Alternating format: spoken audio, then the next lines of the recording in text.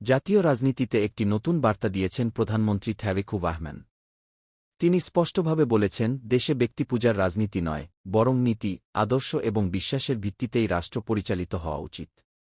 তার এই বক্তব্য অনেক মানুষের মাঝেই ইতিবাচক সাড়া তৈরি করেছে।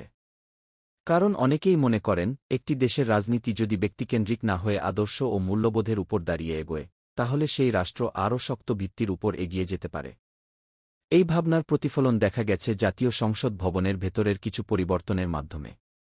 সেখানে নতুনভাবে গুরুত্ব দেওয়া হয়েছে বিশ্বাস, নৈতিকতা এবং আধ্যাত্মিকতার প্রতি। সংসদ ভবনের একটি স্থানে বড় করে লেখা হয়েছে কালেমা, যা ইসলামের মূল বিশ্বাসের প্রতীক।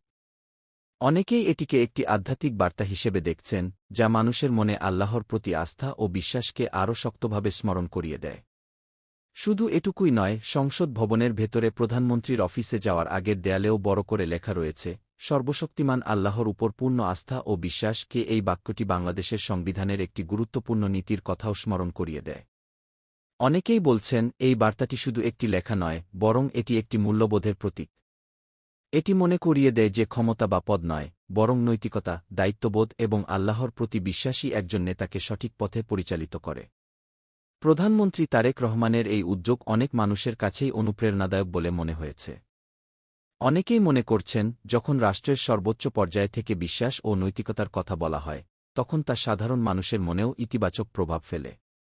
কারণ একটি দেশের উন্নয়ন শুধু অর্থনীতি বা অবকাঠামোর মাধ্যমে নয়, মানুষের নৈতিক শক্তি ও মূল্যবোধের মাধ্যমেও এগিয়ে যায়। এই বার্তাটি যেন দেশের মানুষকে মনে করিয়ে দেয়, জীবনের প্রতিটি ক্ষেত্রে সততা, দায়িত্ববোধ এবং সৃষ্টিকর্তার প্রতি বিশ্বাস গুরুত্বপূর্ণ। রাজনীতির ব্যস্ত ও প্রতিযোগিতামূলক পরিবেশের মাঝেও যদি এই মূল্যবোধগুলো ধরে রাখা যায়, তাহলে সমাজ আরও সুন্দর ও সুশৃঙ্খল হতে পারে।